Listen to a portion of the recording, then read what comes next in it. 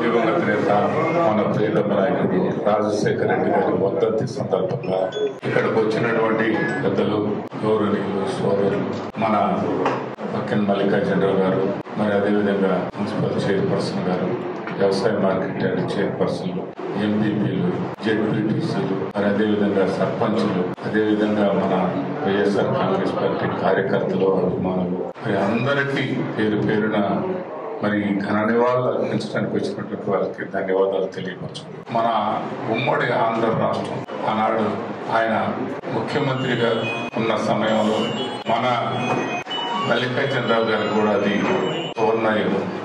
ఆ విధంగా ఆయన ముఖ్యమంత్రిగా ఉన్న సమయంలో ఈయన శాసనసభ్యుడు కావడం, నిజంగా అలాంటి మహానుభావుడు సమయంలో మరి శాసనసభ్యుడిగా అనేక అభివృద్ధి కార్యక్రమాలకి రాజశేఖర రెడ్డి గారు సహకరించి ఆయన దీన్ని ముందుకు ప్రోత్సహించడం జరిగింది.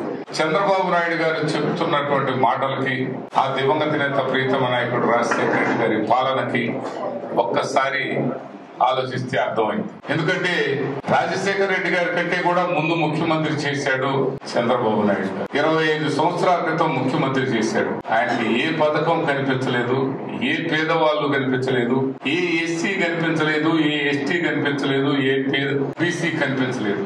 మరి ఆ తర్వాత ముఖ్యమంత్రిగా అయినటువంటి రాజశేఖర రెడ్డి గారు పేదవాళ్ళని మనం ఏ విధంగా ఆదుకోవాలంటే దానికి మనం ఏం చేయాలి అని ఆలోచన చేసి మొట్టమొదటిసారిగా పేదవాళ్ళందరికీ ఆరోగ్యశ్రీ ద్వారా వైద్య సదుపాయాన్ని కల్పించారు. మరి అదే రాజశేఖర రెడ్డి గారికి వచ్చిన ఆలోచన చంద్రబాబు నాయుడు గారికి ఎందుకు రాలే? అదే విధంగా ఉమ్మడి రాష్ట్రంలో ఉచిత విద్యుత్ ఇవ్వాలంటే కోట్లు ఖర్చు అయ్యే పరిస్థితి. అయినా రైతుల కోసం ఉచిత విద్యుత్ ఇచ్చాడు రాజశేఖర రెడ్డి గారు. అదే చంద్రబాబు నాయుడు గారు ఉచిత విద్యుత్ బదులు గుర్రాల మీద పోలీసులుండి రైతుల్ని సావగొట్టిన పరిస్థితి. మరి అదే రాజశేఖర రెడ్డి గారు రైతులకి రుణమాఫీ చేస్తానని చెప్పి 100% రుణమాఫీ చేశాడు రాజశేఖర రెడ్డి గారు. అదే రాజశేఖర రెడ్డి గారు రుణమాఫీ చేశాడు. నేను కూడా రుణమాఫీ చేస్తానని ప్రకటించిన 2014లో చంద్రబాబు నాయుడు గారు ఆ రుణమాఫీకి బదులు మాట చెప్పాడు, గెలిచాడు. కానీ రుణమాఫీ మట్టికి 87,000 కోట్లు రుణమాఫీ చేయాల్సి ఉంటే కేవలం 12-13 కోట్లు ఇచ్చి చేతులు దులుపుకున్నాడు చంద్రబాబు నాయుడు. రాజశేఖర రెడ్డి గారు మరి ఆయన చెప్పిన మాట ప్రకారం రైతులకి 100% రైతులకు రుణమాఫీ చేశాడు. మరి అదే రాజశేఖర రెడ్డి గారు పేదవాళ్ళ బిడ్డలకి ఫీజు రియంబర్స్మెంట్ చేయాలి. ప్రతి చిన్న సన్న బడుగు బలహీన వర్గాల వారి అందరికీ, ప్రతి ఎస్సీ, ప్రతి ఎస్టీ, ప్రతి బీసీ, ప్రతి మైనార్టీ అర్హత ఉన్న ప్రతి ఒక్కరికి ఫీజు రియంబర్స్మెంట్ ద్వారా అవకాశం కల్పించాడు. అదే చంద్రబాబు నాయుడు గారికి ఆలోచన 25 సంవత్సరాల నాడు దేనికి రాలేదని అడుగుతూ ఉన్నాం. ముస్లిం మైనార్టీని ప్రత్యేకంగా 4% రిజర్వేషన్ ఇచ్చిన ఘనత ఆ దివంగత నేత ప్రీతమ నాయకుడు రాజశేఖర రెడ్డి గారికి దక్కింది. ఆ ఆలోచన ఆయనకు వచ్చింది, ఆ పెట్టే మనస్తత్వం ఆయనకుంది. మరి ఆ ఆలోచన 25 సంవత్సరాల నాడు చంద్రబాబు నాయుడు గారికి ఎందుకు రాలేదని అడుగుతూ ఉన్నాం. రాజశేఖర రెడ్డి గారి పాలనలో అదొక స్వర్ణయుగంతో రైతులందరూ రాజశేఖర రెడ్డి గారి పాలనలో రాష్ట్ర ప్రభుత్వం చేస్తున్నటువంటి సంక్షేమానికి ప్రజలందరూ కూడా హర్షించారు. మరి ఆనాడు చంద్రబాబు నాయుడు చేసిన దుర్మార్గాలకి, ఆయన చేసినటువంటి పాపాలకి ఆయన 14 సంవత్సరాలు కూడా మలమల మాడిపోయిన పరిస్థితి. మనం ఈ ప్రాంతం అంతా కూడా వర్షాలు లేవు, ఆయన అడుగు పెడితే వర్షాలు రావని పెద్ద సిద్ధాంతులు కూడా చెప్పినటువంటి పరిస్థితి మనకు కనపడతా ఉంది.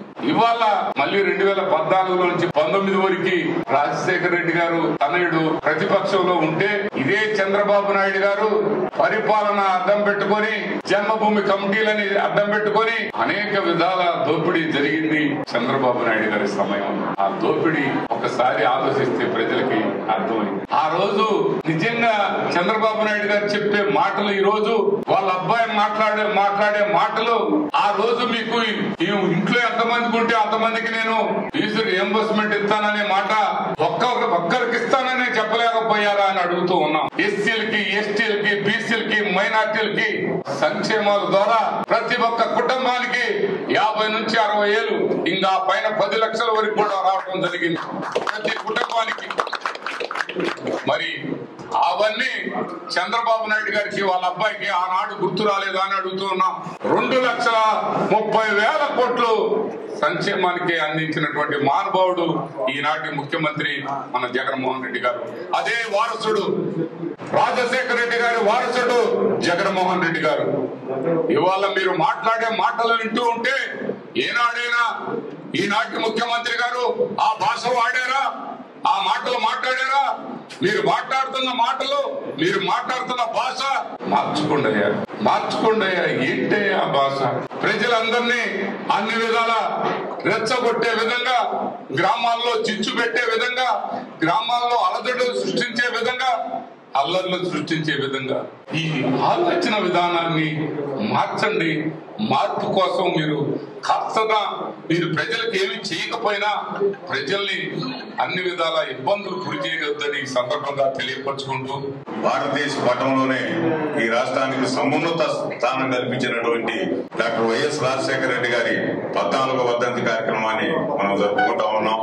ఈ సందర్భంగా మన గౌరవ శాసనసభ్యులు అన్నగారు బొల్లా బ్రహ్మనాయుడు గారి నేతృత్వంలో ఈ రోజున ఈ కార్యక్రమాన్ని మనం అందరం కూడా జరుపుకుంటున్నామని ఈ సందర్భంగా తెలియజేస్తూ, ఈ కార్యక్రమానికి వచ్చినటువంటి ఎంపీపీలకి, జడ్పీటీసీలకి, మున్సిపల్ కౌన్సిలర్స్ కి, మున్సిపల్ చైర్మన్ గారికి, సర్పంచులకి, ముఖ్యంగా వైఎస్ఆర్ కాంగ్రెస్ పార్టీ నాయకులకి అందరికీ నాడు ప్రవేశపెట్టినటువంటి పథకాలు ఆయన 2 పర్యాయాలు ముఖ్యమంత్రిగా ఉంటే 5 సంవత్సరాల కాలంలో మొదటి 5 సంవత్సరాలు 2004 నుంచి 9 వరకు ఆయన చేసినటువంటి జలయజ్ఞం అనండి, ఆరోగ్యశ్రీ అనండి, రైతు రుణమాఫీ అనండి, పేద ప్రజలకు సంబంధించి ఉచిత వైద్యం అనండి, ఈ కార్యక్రమాలన్నింటినీ కూడా ఈ రోజు కూడా భారతదేశంలో ఏ ముఖ్యమంత్రి చేయని విధంగా ఈ రోజు కూడా ఆయన ముద్ర ఉందని సందర్భంగా మనవి చేస్తున్నా.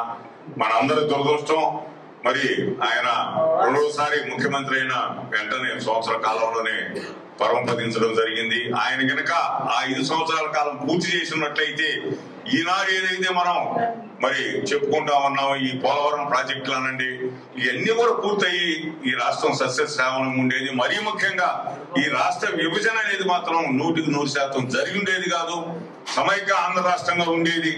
ఆయన కళ సమైక్య ఆంధ్ర రాష్ట్రాన్ని అభివృద్ధి చేయాలి, భారతదేశంలోనే మన రాష్ట్రాన్ని అన్ని రంగాల్లో కూడా అన్నపూర్ణగా తీర్చిదిద్దాలనే ఒక సంకల్పంతో ఆయన చేపట్టినటువంటి జలయజ్ఞం ద్వారాగానే ఈ రోజు కూడా మనం సంతోషంగా ఉన్నామని సందర్భంగా తెలియజేస్తూ, వారి తనయుడైనటువంటి మరి ఈనాటి మన ముఖ్యమంత్రి గౌరవనీయులు జగన్మోహన్ రెడ్డి గారి నాయకత్వంలో మరలా రాజశేఖర రెడ్డి గారిని మర్పించే విధంగా సంక్షేమ కార్యక్రమాలు, అభివృద్ధి కార్యక్రమాలు అన్నింటినీ కూడా పూర్తి చేసుకుంటున్నారు.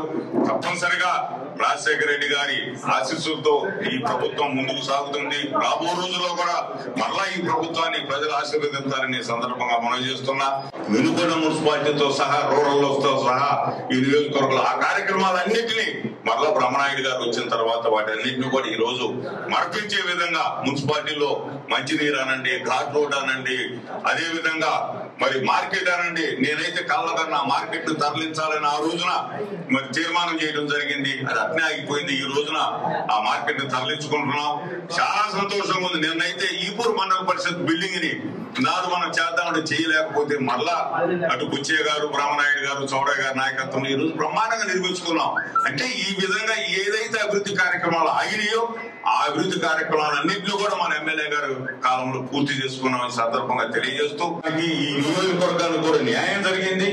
మిగిలినటువంటి అన్ని కార్యక్రమాలను మనం పూర్తి చేసుకోవాలంటే తప్పనిసరిగా మనందరం సమైక్యంగా ఉండి అండదండలు బ్రహ్మనాయుడు గారికి ఇవ్వాలని సందర్భంగా కోరుకుంటూ వచ్చినటువంటి కార్యకర్తలందరికీ పేరు పైన కృతజ్ఞతలు తెలియజేస్తూ ముగిస్తున్నారు.